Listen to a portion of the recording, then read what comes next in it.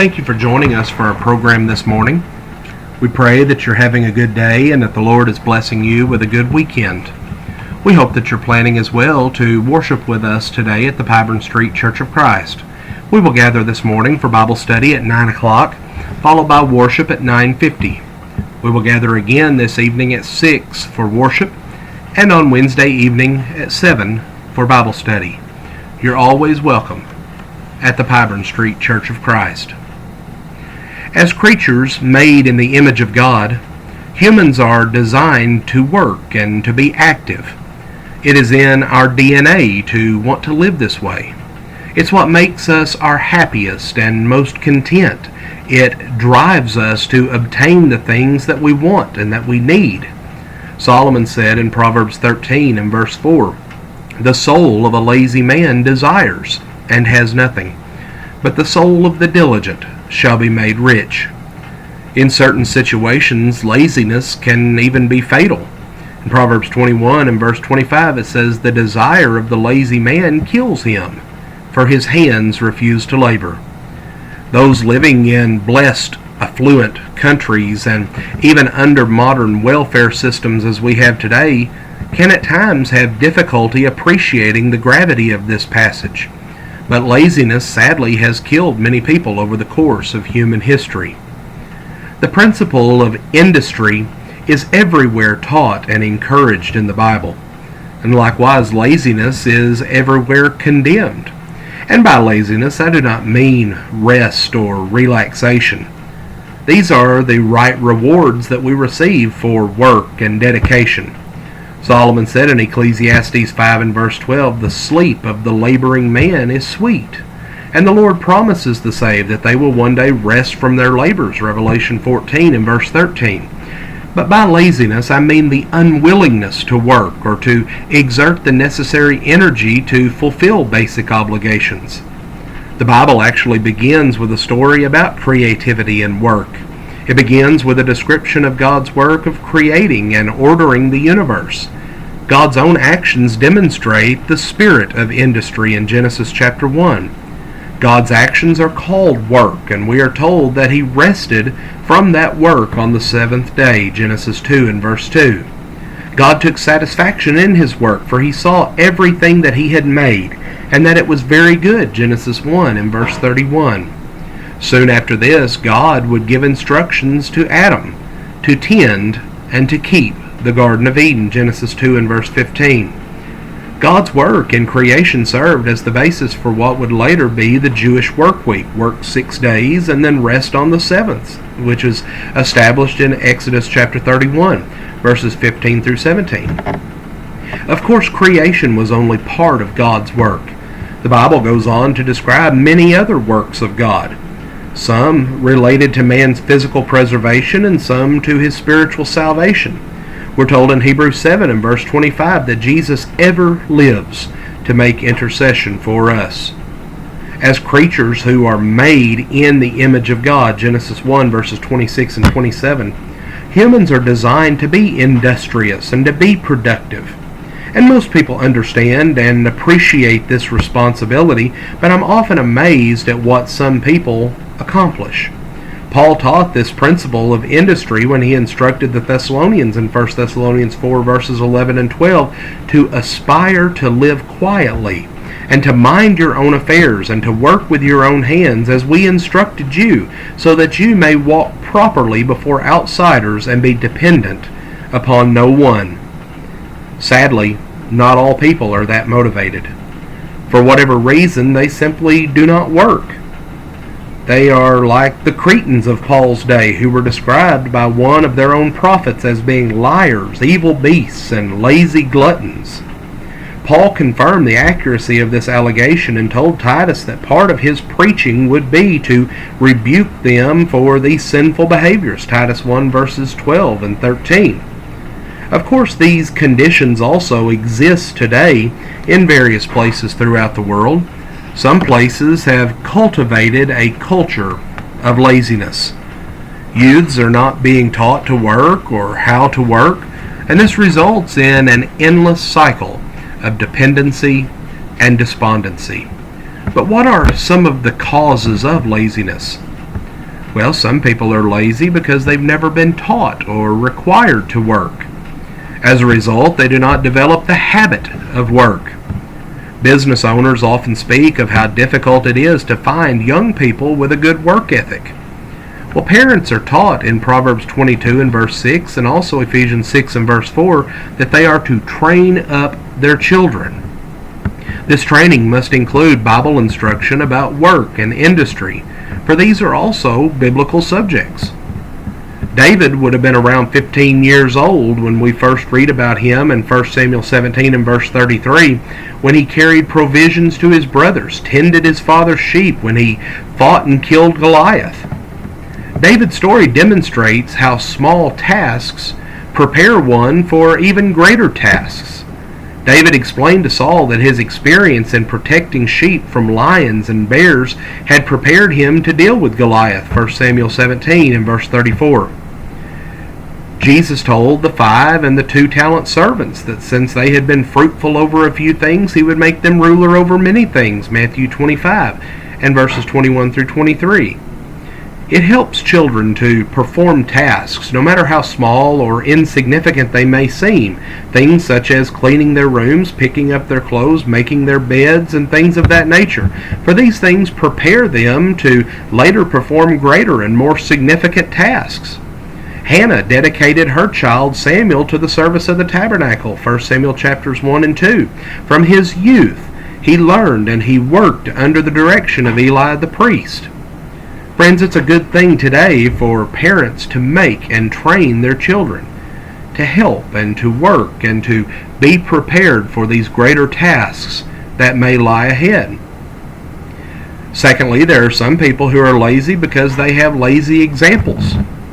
Laziness becomes an epidemic in these situations. Children of lazy parents are likely to become lazy themselves, and this cycle continues generation after generation until it develops into a full-blown culture of laziness, like we acknowledged with the Cretans just a few moments ago. Due to misconceptions about the coming of Christ, some members of the church at Thessalonica had stopped working, and Paul reminded them of his prior instruction that if anyone will not work, neither shall he eat, 2 Thessalonians 3 and verse 10. He also reminded them of his own example of hard work. While at Thessalonica, Paul and his fellow laborers worked with labor and toil night and day, thereby making himself an example of self-reliance and independence to those brethren, 2 Thessalonians 3, verses 8 and 9. Friends, young people are influenced by the examples of those around them, including their friends and their family members, but especially their own parents. Number 3, some people are made lazy by the government. Solomon wrote, "The person who labors for himself, for his hungry mouth drives him on," Proverbs 16 and verse 26. The Bible here teaches that hunger motivates one to work. And under our present welfare system, people rarely go hungry for their given food, whether they work or not. This system is a disincentive to work. Unfortunately, some people cannot work, and so they need the help of others. But some are just lazy, and their laziness is actually encouraged by these government programs. As I referenced above, Paul told the Thessalonians that they should work to be dependent upon no one. He told the Ephesians, "Let him who stole steal no more, but rather let him labor, working with his hands what is good, that he may have something to give to him who has need," Ephesians 4 and verse 28. These verses teach self-sufficiency and personal benevolence to the needy. And government redistribution schemes enable the slothful and discourage the diligent. Some are lazy because of frivolity. Solomon wrote, "He who tills his land will be satisfied with bread, but he who follows frivolity is devoid of understanding," Proverbs 12 and verse 11. Friends, things such as sports, hobbies, entertainment, video games, and just general goofing off, these may be things that are enjoyable, but these things can lead to laziness. One might stay very busy in doing such things, but these things do not constitute work. Yes, there are rigid schedules and commitments to team members in many of these activities, But people are still doing what they want to do and not what they have to do. Entertainment and recreation should be viewed as rewards for work and not as the work itself. Some people are lazy because they're afraid to work. Solomon wrote that the lazy man says there is a lion in the road, a fierce lion in the streets, Proverbs 26:13 and Proverbs 22 and verse 13. They might be afraid of failure or ridicule or intimidation or embarrassment or rebuke or being harmed on the job or being harmed on the way to a job. As the lion of the proverb implies, their fear is irrational. The lion is an excuse. Such people must rise above their fears and meet their obligations. Yes, they might fail at some particular task. All who try at some point do fail. And the boss may have to correct and even rebuke them. But yet, they still try. And they can learn from their mistakes. They can make improvements that are necessary. And they can improve their performance. If they're mocked and they're ridiculed by co-workers, they should use it as an opportunity to develop self-control and patience with others. You think about Jesus for a moment. Jesus was reviled by others, but he did not revile in return, 1 Peter 2 and verse 23. The workplace can be a great location for building a strong character. Some people are lazy because they don't want to expend the energy. Friends, doing nothing is very easy. Solomon wrote, as the door turns on its hinges, so does the lazy man on his bed, Proverbs 26 and verse 14. The lazy man is hinged to his bed. And why does he enjoy lying down? Because lying down requires no effort. Work requires effort. Solomon went on to say, the lazy man buries his head in the bowl. It wearies him to bring it back to his mouth, 26 and verse 15.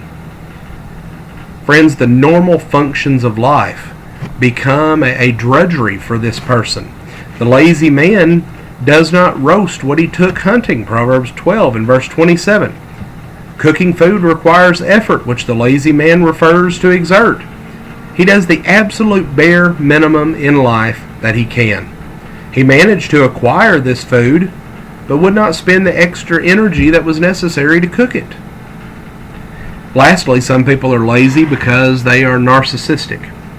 They have an exaggerated sense of self-importance. Their sense of privilege leads them to believe that work is beneath them and that others should do it for them. Some young people today believe that they are owed a livelihood by others. And this mentality is driving this present movement that we're seeing in America today. These youths do not truly understand the inevitable direction that they're heading down. For if they did, they would not be following this path. Solomon spoke to this ultimate reality in Proverbs 12 and verse 24, where he says, the hand of the diligent will rule, but the lazy man will be put to forced labor. Friends, misguided and uninformed people may believe that the government will provide for them, that they are entitled to certain things, that they do not have to work to provide for themselves. But sadly, this leads only to a very tragic end. Friends, lazy people cannot be depended upon.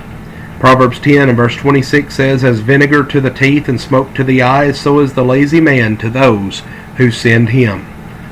Those will be embarrassed, will be frustrated who send a lazy man to do a job. He will either not finish the job at all, or he will take far too long to do it, or he'll not do the job well. However, the Bible provides hope for lazy people. Its instructions, its examples, and illustrations can change a lazy person into a productive person. It's just a matter of training, purpose, and incentive. Friends, today we've considered passages that address various physical incentives against laziness, but the greatest incentive of all is one that is spiritual. Jesus calls the one-talent man wicked and lazy, Matthew 25 and verse 26. And this man's fate was to be cast into outer darkness of eternal misery and condemnation. And we all want to avoid that fate. We don't any want to be lost. So in whatever we do, let us do it heartily, as unto the Lord, Colossians 3 and verse 23. Friends, we thank you for joining us for our program today, and we pray that the Lord blesses you with a wonderful day.